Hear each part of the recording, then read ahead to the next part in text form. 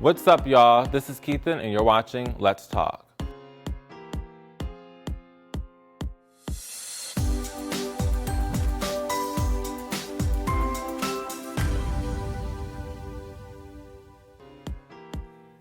Hello, everyone, and thank you for tuning in to Let's Talk. I'm your host, Shannon Ramsey Floyd, and today I have the pleasure of interviewing Keithan Samuels. Keithan Samuels is the founder and editor-in-chief of Rated R&B. Launched in 2011, Rated R&B is a premier destination for all things R&B news, music, interviews, and other exclusive content.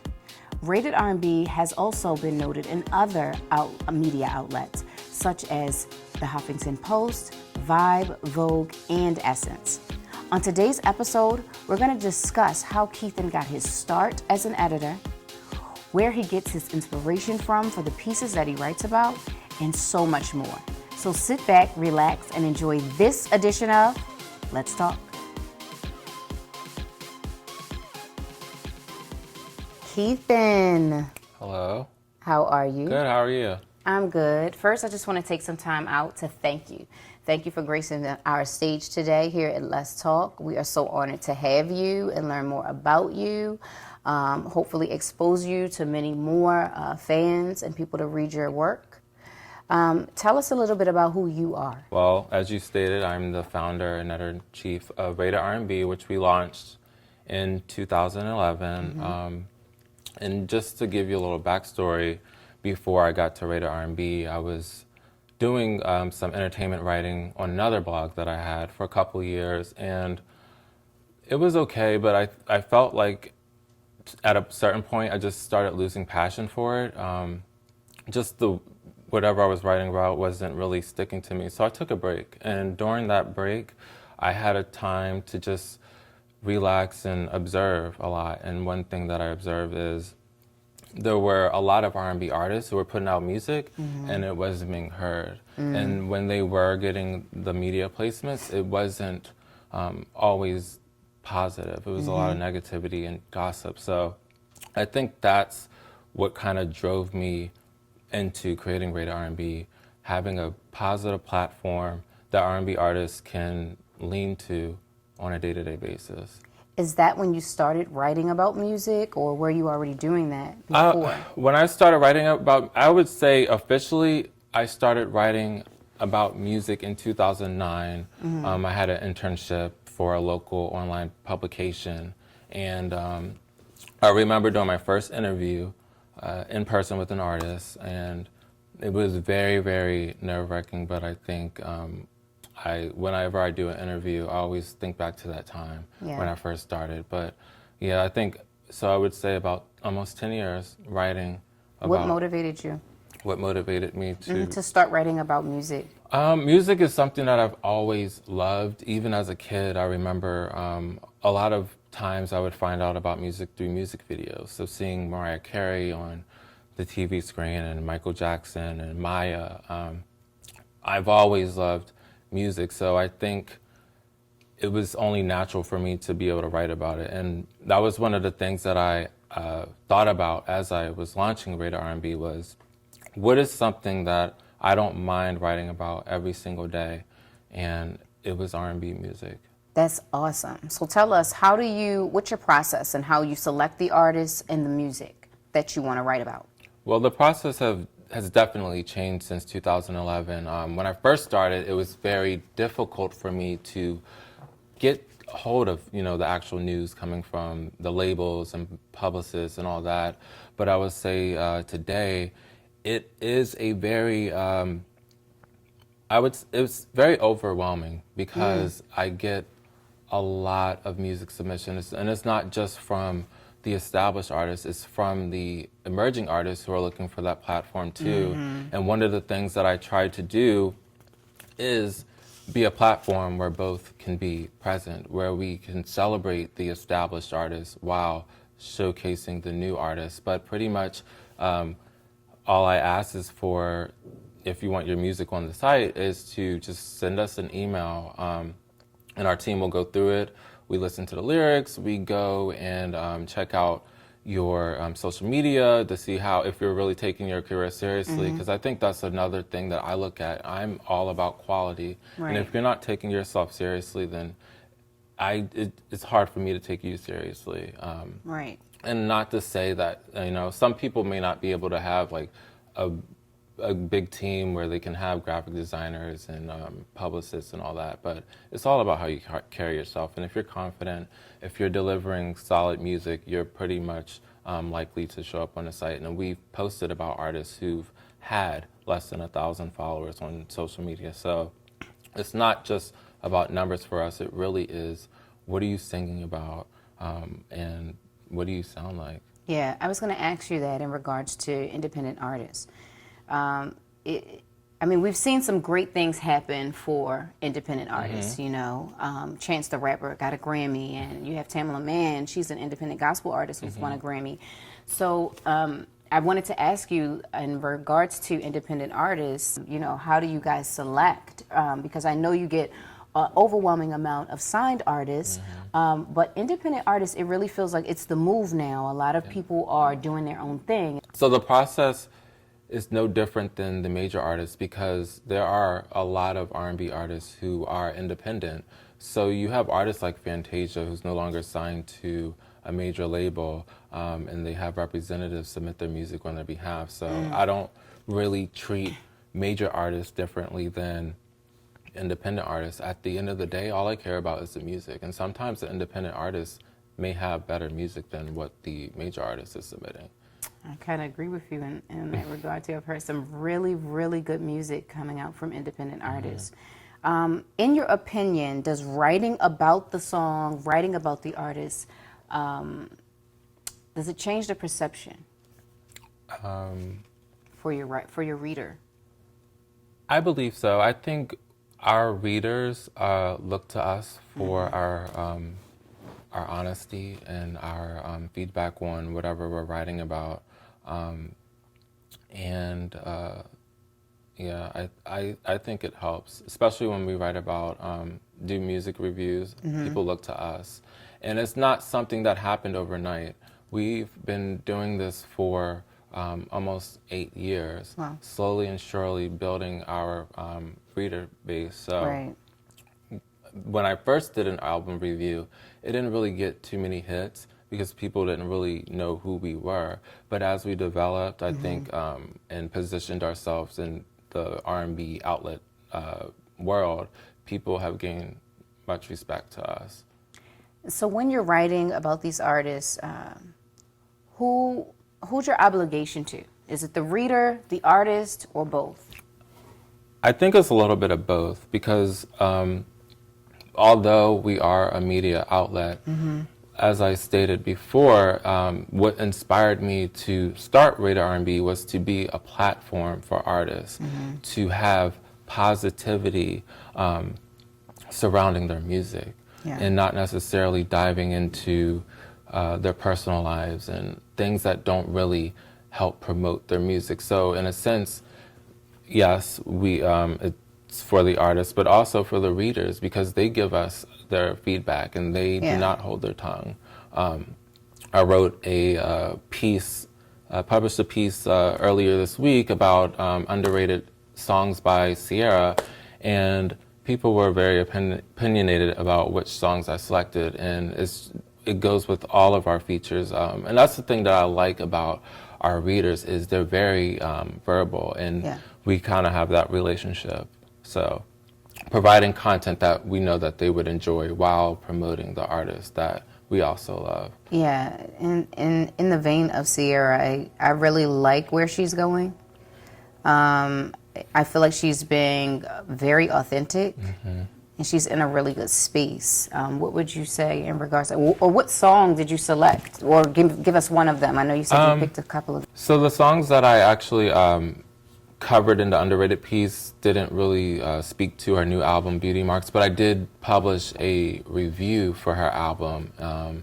And I really enjoyed the fact that she was able to finally be herself. And by that, I mean, this is her first album as an independent artist. She's no longer signed to a major label. So we're getting what she's been wanting Yeah. for since she started. Yeah. And I have heard and have seen comments about, you know, people saying that the album isn't good because she's too happy. And I think it's so, to me, it's problematic when you can't even be happy for a person and them being happy. And I think if you have an issue with happiness, then that's something that's within. Yeah, and I just think sure. that her album, and not to say it's like the best album in the world, but I appreciate her authenticity and the direction she took, because at the end of the day, she's not worried about keeping up with the trends of what's happening now. She's trying to make music that she can perform years from now. And I think that's what makes an artist an artist. Right. You're not consumed with everything outside of, you know, your creative space. Right. And I also think that some people are so consumed a lot with their own negativity that they're not willing to see that someone else is happy. And Right. and yeah, it may be too happy for you, but at least she's being authentic. And I think for me, as I was telling you before, I think that that's better for me. For me to hear her sing things that are truly authentic, you can see where she is and the place that she is in her life.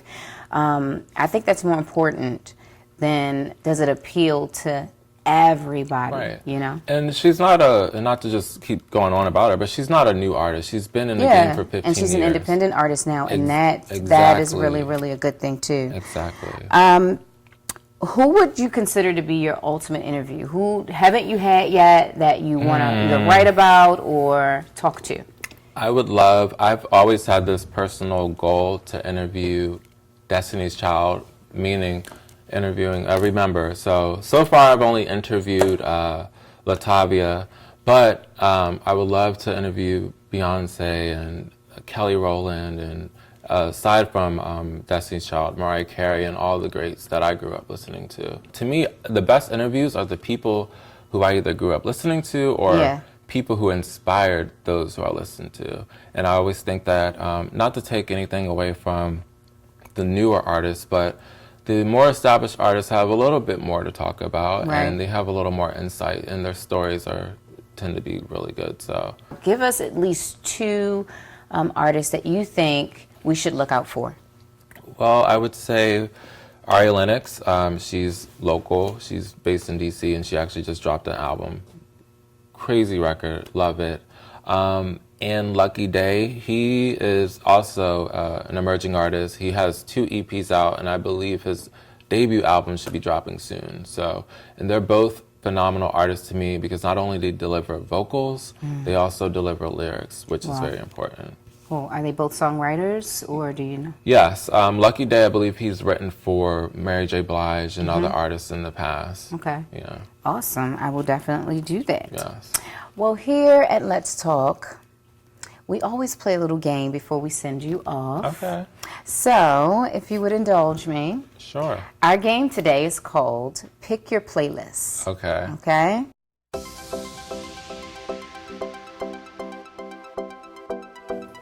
Now, Oh, it was a little hard for me when I was reading these questions. I was like, what would I choose? So, gosh. I'm going to give you 2 artists. Okay. And you pick your playlist. All right. Okay, here we go.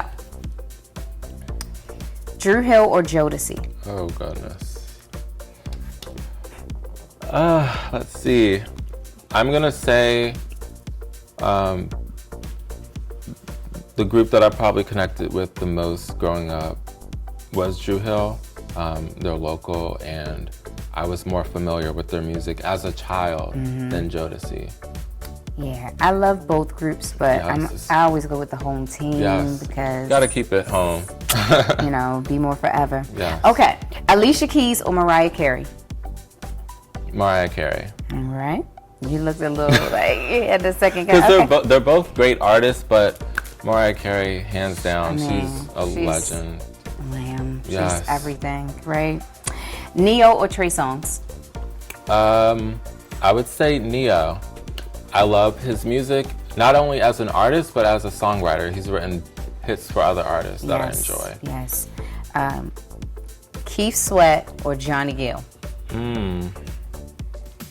I would say, to make my grandmother happy, Keith Sweat.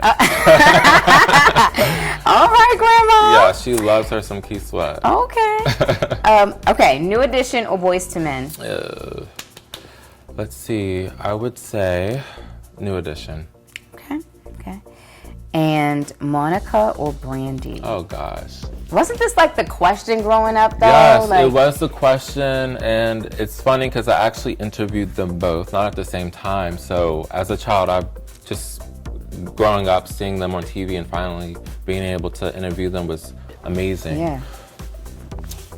Oh goodness, this is very, very difficult because they both, I feel like, contributed so much to music. I think the artist that I probably connected with the most, and I think may have, I would just say Brandy. Okay. Growing up, I loved her music, but I also love Monica. I love them both, and it's kind of hard to compare the two because they're similar, but not at the same time. Yeah, exactly. I think that was more of the labels and marketing kind of putting that conversation out about the comparisons, but I think they're both great artists and they're both in the game now. And I know Monica, she just dropped a couple of singles and has an album coming out. Brandy, she's getting ready to drop her new single soon. So yes, I love them both. I love all the artists that you mentioned. So no, I know, kind of hard, right? Very hard. Yeah, they're all legendary in their own right. So we don't want to take anything away from anybody. Exactly. It's kind of an honor just to be compared to these people. Yes. But thank you for participating. No, thank I you. Those were appreciate really it so much. So. Tell us what's next. Do you have a new article coming out pretty soon that we should look out for? Let's see what I can talk about. We are in the process of working on launching a podcast soon.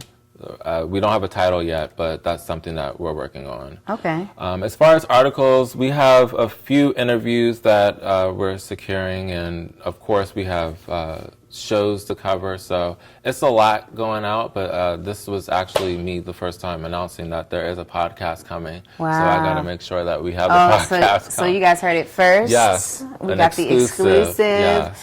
So tell us where we can at least follow you, find your information so that people can keep looking out to, tune into the podcast. You can go to ratedrnb.com. You can also follow us on Instagram, ratedrnb, and Twitter, the same handle. And I have something to say. I just want to say that first, thank you for inviting me onto the show. And I definitely enjoyed speaking with you. Because usually I'm on this side. So it was kind of different for me to be the one who's answering the questions. But I think you did a phenomenal job. And thank you. That means a lot. No problem. Thank you. Well, as we bring this conversation to an end, I just want to thank Keithan for, again, gracing our stage. It was an honor and a pleasure to meet you and to talk to you. I know we'll get to hear more from you, talk to you a lot more, hopefully have you on again to give us a little segment about the tea and what's going on. Sure. But thank you again. We really appreciate it. And if you know of anyone who you think should be featured on the Let's Talk stage, go to incisiveentertainment.com and follow us at letstalk.now. I'm your host, Shannon Ramsey Floyd. You can follow me at ShannonRamsey_. And again, remember, if you have something to say, let's talk.